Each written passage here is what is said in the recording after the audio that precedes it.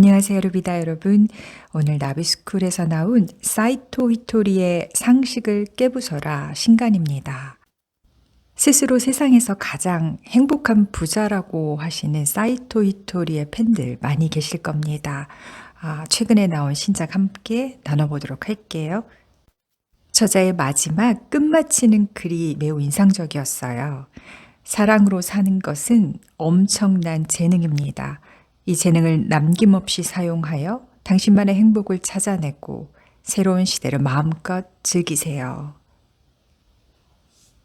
상식 파괴에는 반드시 사랑이 필요하다. 가벼움이 주류인 시대에는 더더욱 상식에 사로잡히면 안 됩니다. 다들 그러니까 나도 따라하는 게 당연하지라는 생각처럼 통용되는 상식을 깨트릴 수 있느냐 여부가 핵심입니다. 상식에 얽매여도 안 되지만 마음을 무겁게 만들어버리는 상식이라면 더더욱 깨트리는 것이 좋을 것 같습니다. 물론 자신에게 불리한 상황이라고 해서 난폭하게 상식을 깨트려서는 안 되겠지요. 상식을 깨트릴 때는 반드시 사랑이 필요합니다. 나와 상대에게 사랑이 전달되는 깨트림이어야만 합니다. 그렇지 않은 상식 파괴는 의미가 없습니다. 상식 파괴를 단지 일반적이지 않은 돌출 행동 정도의 의미로 생각한다면 상대에게 불쾌감을 주는 말과 행동도 상식 파괴의 범주에 속하겠지요. 그러면 단순히 트러블 메이커가 될 뿐입니다. 상식 이하의 사람이 되겠지요. 이렇게 제멋대로 상식을 파괴하면 마음이 전혀 가벼워지지 않습니다. 따뜻하고 포근한 기분과는 정반대일 겁니다. 왜냐하면 이렇게 제멋대로인 사람은 여기저기서 미움을 사게 되어 자신은 물론이고 주변에도 답답함을 전달할 테니까요. 무턱대고 상식을 파괴하는 건 좋지 않습니다. 상식을 깨트린다 할지라도 그 기저에 사랑이 있는지 없는지에 따라 전혀 다른 결과가 나타납니다. 마음이 홀가분해지는 상식 파괴에는 언제나 사랑이 따릅니다. 사랑으로 상식을 파괴해야 비로소 행복을 맛볼 수 있습니다. 당신의 말과 행동에는 정말로 사랑이 담겨 있나요? 당신이 말하고 행동할 때 자신은 물론이고 주변에도 사랑하는 마음이 전달될까요? 마음의 축은 언제나 사랑이어야 합니다. 사랑을 바탕으로 시의적절하게 일반적이지 않은 선택을 하는 사람이 사랑의 상식 파괴를 한다고 할 수 있습니다. 모든 상식 파괴의 중심에는 사랑이 있어야 하며 상식을 깨트릴 때는 사랑을 동반해야 합니다. 사랑으로 상식을 깨트릴 때 인생이 가치 있고 풍부해집니다.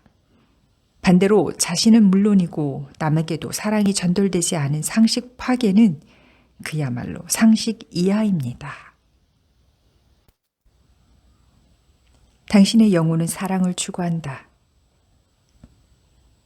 사랑에 빠진 상식에 얽매인 사람은 괴로워지기 마련입니다. 왜냐하면 우리 영혼이 사랑을 추구하기 때문입니다. 사랑이 느껴지지 않는데 이렇게 해야 상식적이야. 나이를 그만큼이나 먹었는데 상식에서 벗어나면 안 되지 등의 이유로 속마음과는 다른 반대의 행동을 한다면 당신의 영혼은 절규할 것입니다. 그럼 당연히 괴로워질 수밖에 없습니다. 학교는 무조건 잘 다녀야 해. 회사에 꼴보기 싫은 상사가 있지만 그만둘 수는 없어. 상대가 너무 싫지만 어쩔 수 없어. 만나야 하니까. 휴, 한숨이 절로 나옵니다. 과연 당신에게 진정으로 사랑이 있는지 묻고 싶습니다. 많은 분이 아시는 것처럼 저는 중졸입니다. 게다가 초등학생부터 제대로 학교에 다닌 적이 없습니다. 중학교에 진학해서도 마찬가지여서 지각이나 조퇴, 결석을 밥 먹듯이 했어요. 숙제를 해간 적은 손에 꼽고요. 세상의 상식으로 본다면 의무교육 기간에 학교에 가는 것은 당연한 일이고 숙제도 제대로 해가야 되죠. 요즘 같은 시대에 고등학교나 대학에 진학하지 않는 학생은 아마도 소수일 겁니다. 경제적인 사정이나 그 밖에 어떤 이유로 진학하지 못하는 경우를 제외하고는 중학교를 졸업하면 대부분 고등학교에 진학할 것이고 고등학교를 졸업한 후에는 대부분 전문학교나 대학에 입학할 겁니다. 그렇지만 저는 상식과는 거리가 멀었어요. 어쨌든 공부를 잘하지 못했고 싫어했습니다. 공부가 싫으니 아무리 애를 써도 좋아지지 않았습니다. 저는 사랑이 빠진 상식에 얽매여 스스로를 학대하기보다는 인내하지 않는 길을 선택하고 싶었어요. 선생님과 부모님으로부터 학교는 다녀야 한다. 학생이 공부를 해야지. 이런 식으로 하다가 커서 뭐가 되려고 라는 잔소리를 수없이 들었습니다. 그래도 고집을 부리며 귀담아 듣지 않았지요. 상식대로라면 이렇게 유년 시절을 보낸 저에게는 암담한 미래가 펼쳐져야겠지만 저는 모두의 예상을 깨트리고 일본에서 세금을 가장 많이 내는 최고의 사업가가 되었습니다. 열심히 공부한 사람들보다 훨씬 더 많은 세금을 내며 나라에 도움이 되고 있어요. 만약 어릴 때 제가 저 자신을 사랑해주지 않았다면 지금의 성공은 존재할 수 없었을 것입니다. 괴로움에 절규하는 영혼이 어떻게 되었을지는 상상만 해도 아찔합니다. 아마도 저는 영혼의 소리를 무시하고 사랑이 없는 길로 나아가면 어떤 미래가 펼쳐지는지를 어릴 때부터 알고 있었던 것 같습니다. 그래서 제 마음의 소리에 귀를 기울였고 영혼이 추구하는 사랑이 있는 길을 선택했습니다. 학교에 가지 않고 공부도 하지 않아서 주위 어른들께는 걱정을 많이 끼쳤을지도 모릅니다. 그렇지만 결과적으로 저 자신과 주위 사람들, 더 나아가 사회에도 사랑이 전해지는 선택을 하게 되었습니다. 하지만 뭐랄까 원론적인 이야기지만 어른들은 아이들이 학교에 가지 않고 공부를 하지 않으면 그 아이에게 문제가 있는 건 아닐까 전전긍긍하겠지요. 그런데 저는 정작 문제는 걱정하는 어른들에게 있다고 생각합니다. 어른이든 아이든 관계없어요.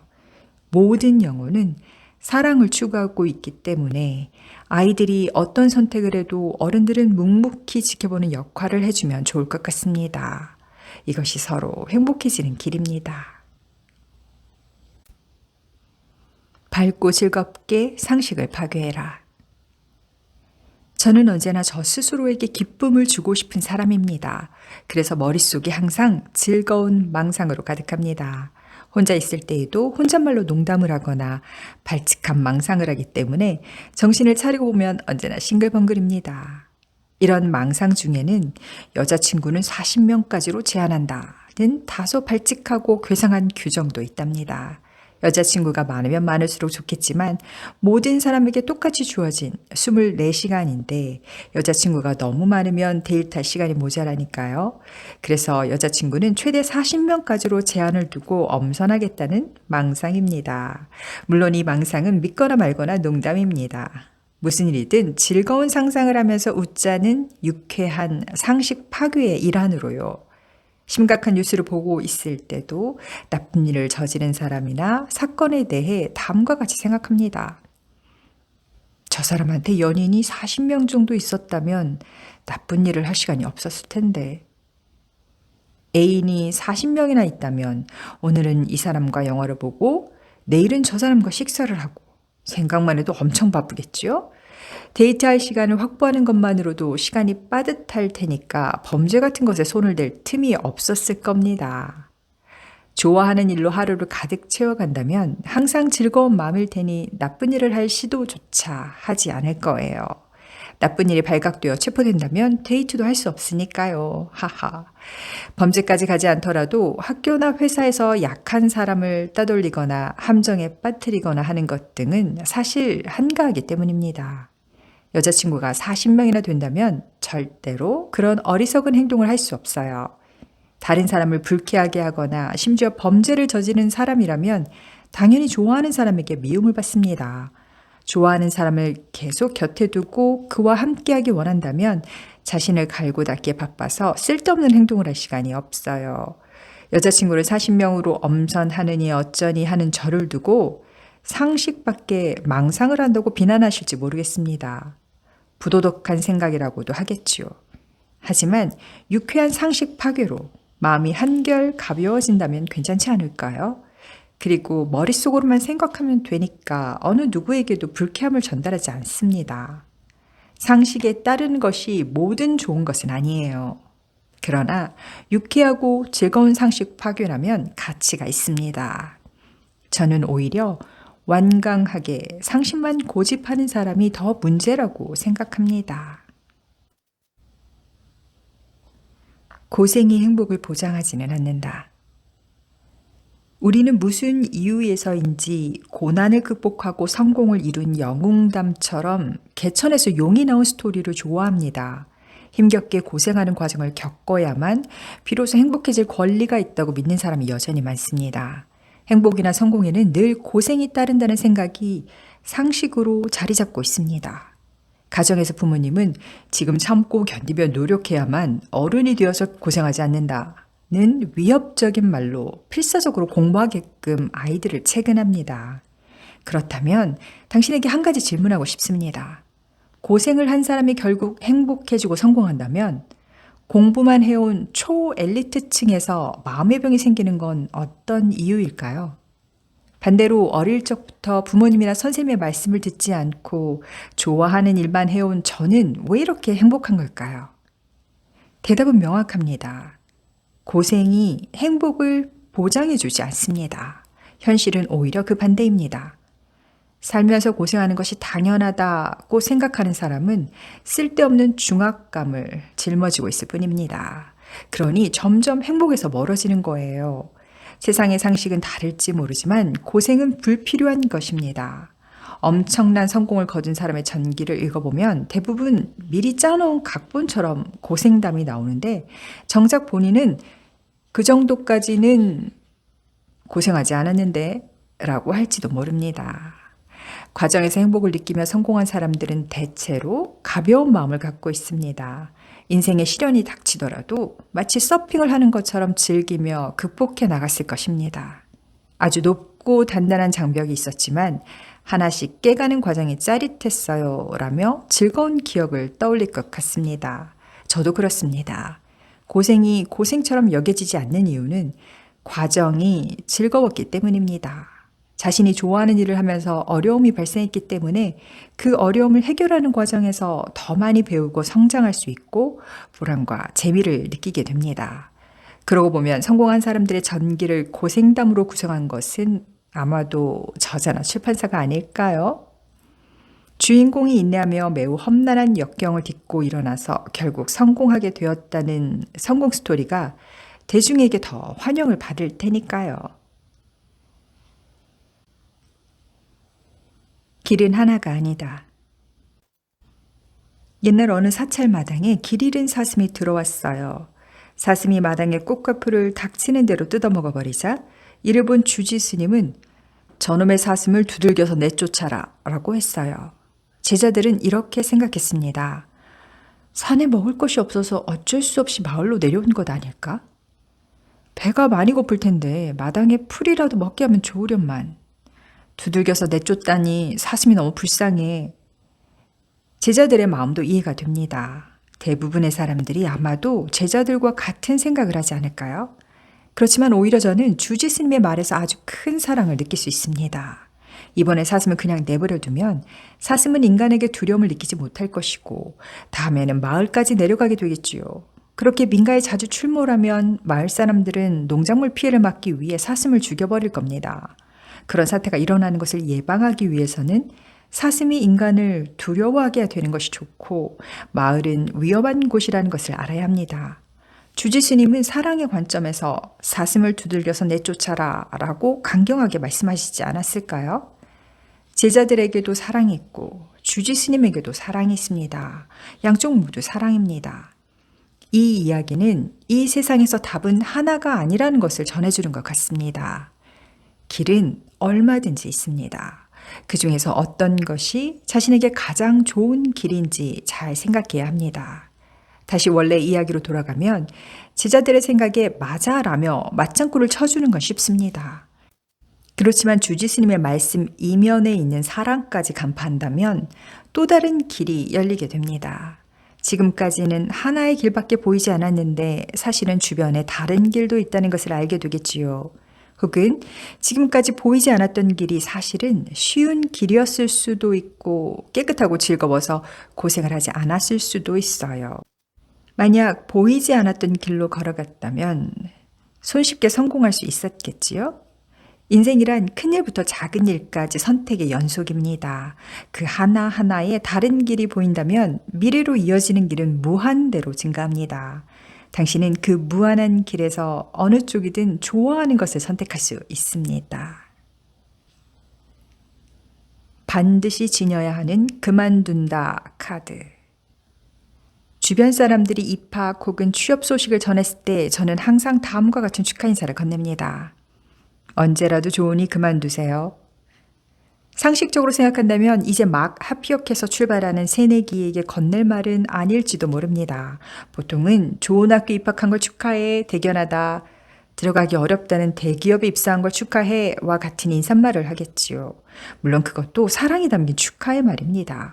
그렇지만 관두고 싶으면 언제든 그만두세요. 라는 저의 인사말도 다른 사람들의 축하와 마찬가지로 사랑의 메시지입니다. 배움도 마찬가지이지만 새로운 일을 시작하면 얼마 지나지 않아 그 일이 자기와 맞지 않다는 것을 알게 되는 경우가 있습니다.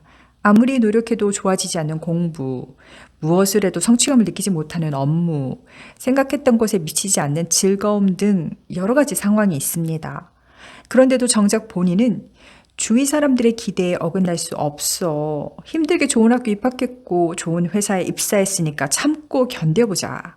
쉽게 그만두면 체면을 구기는 일이지 등의 상식에 얽매여 본인과 맞지 않는 자리를 고수하는 경우가 많습니다. 상식에 너무 집착한 나머지 그만둔다라는 카드를 한 장도 가지고 있지 않은 것이죠. 그러면 괴로워질 수밖에 없습니다.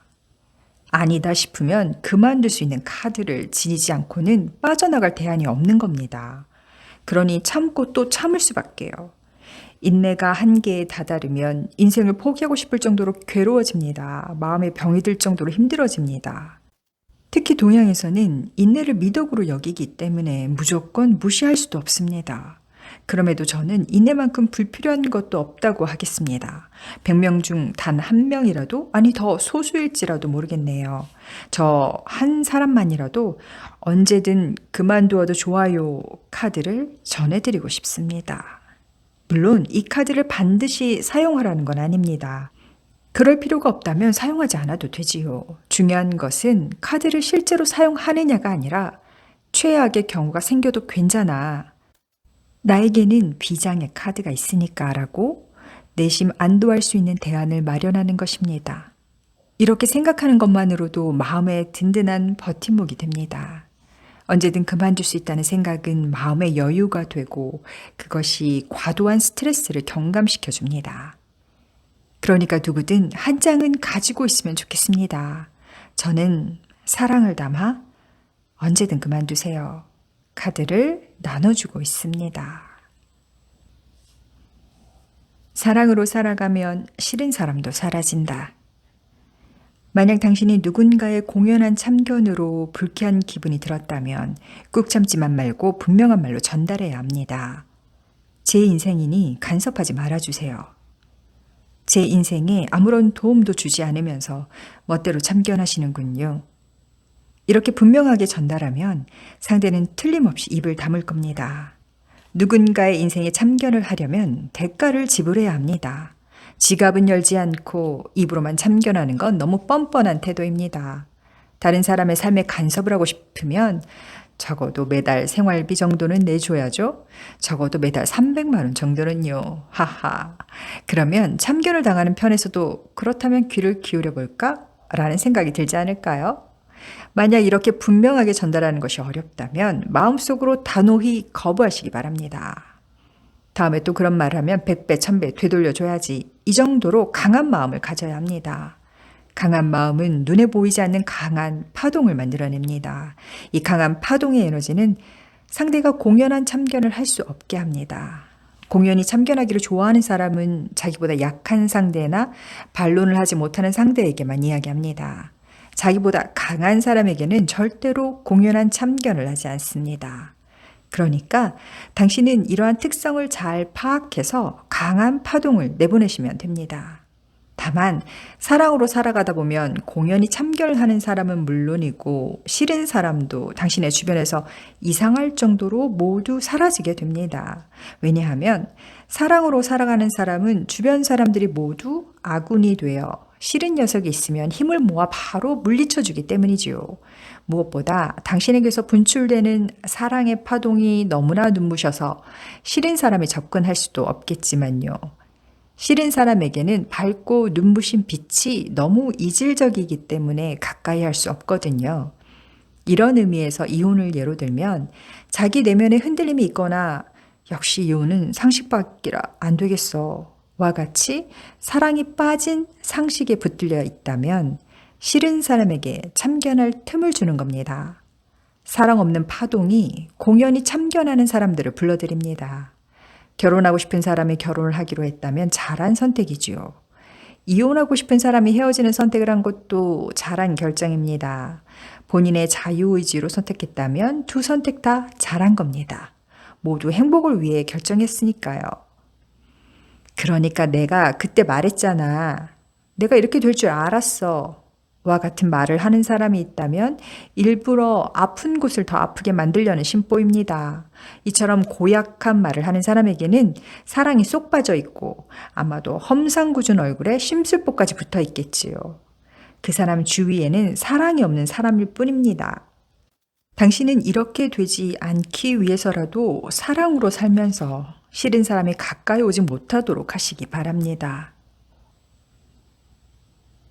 참으면 원망만 생길 뿐이다. 상식에 매이지 않는 사람 중 일부는 다른 사람을 짜증나게 하기도 합니다. 상식에 신경을 쓰지 않는 것이 상대의 기분을 자극하는 것이 아니라 그런 사람들의 말과 행동에 사랑이 없기 때문입니다. 사랑을 담아서 말을 하고 행동을 하면 반드시 사랑이 전달됩니다. 상식이든 상식에서 벗어나든 상관이 없습니다. 사랑이 담겨 있다면 누구에게나 대환영이에요. 우리 모두의 영혼은 사랑을 추구하고 사랑을 품은 사람을 좋아하니까요. 남에게 미움을 받는 것은 사랑이 없기 때문이에요. 이기적으로 살아가는 사람은 당연히 미움을 받습니다. 그런데 가끔은 사랑이 있는데도 미움을 받는 사람도 있어요. 이 경우에는 미워하는 사람에게 문제가 있다고 생각합니다. 사랑이 없는 상식에 굴레에 갇혀 있는 사람들은 사랑이 있는 자유로운 상식 파괴를 보고 억울해하거나 질투를 느끼거나 초조하게 생각합니다. 인간은 자신이 하고 싶어도 할 수 없는 것을 눈앞에서 목격하면 호의를 있는 그대로 받아들이지 못하고 도리어 질투를 느끼며 미워하는 감정까지 갖게 됩니다. 무조건 인내하면 원망만 생겨나는 것과 비슷한 예입니다. 하지만 그런 경험을 통해 그렇게 하면 행복해질 수 없을 텐데 라며 스스로 배우고 터득할 수밖에 없습니다. 영혼이 갈기갈기 찢어지는 듯한 아픔으로 괴로워한 후에 간신히 사랑으로 사는 법, 마음을 가볍게 하는 법을 익히게 됩니다. 이것은 지금 생의 수행이기 때문에 어쩔 수 없습니다. 그렇지만 만약 당신이 지금 이곳에서 사랑을 깨닫게 된다면 그 순간에 괴로움이 바로 사라지게 될 것입니다. 이후의 인생이 바뀌게 되는 것이지요. 그러면 이제는 위로 날아오르는 일만 남게 됩니다. 루비다 여러분, 1% 부자 사이토 히토리가 전하는 유쾌하고 따뜻한 상식 파괴 어떻게 들으셨나요? 저자는 사랑을 베이스로 한 나다움이라면 우물쭈물하지 말고 기존의 상식에 사로잡히지 않고 그것을 깨는 것이 우리의 삶을 행복하게 하는 핵심이라고 얘기해주고 있네요. 오늘도 이 한 권의 멋진 책으로 여러분의 삶을 이루고 누비고 즐기세요.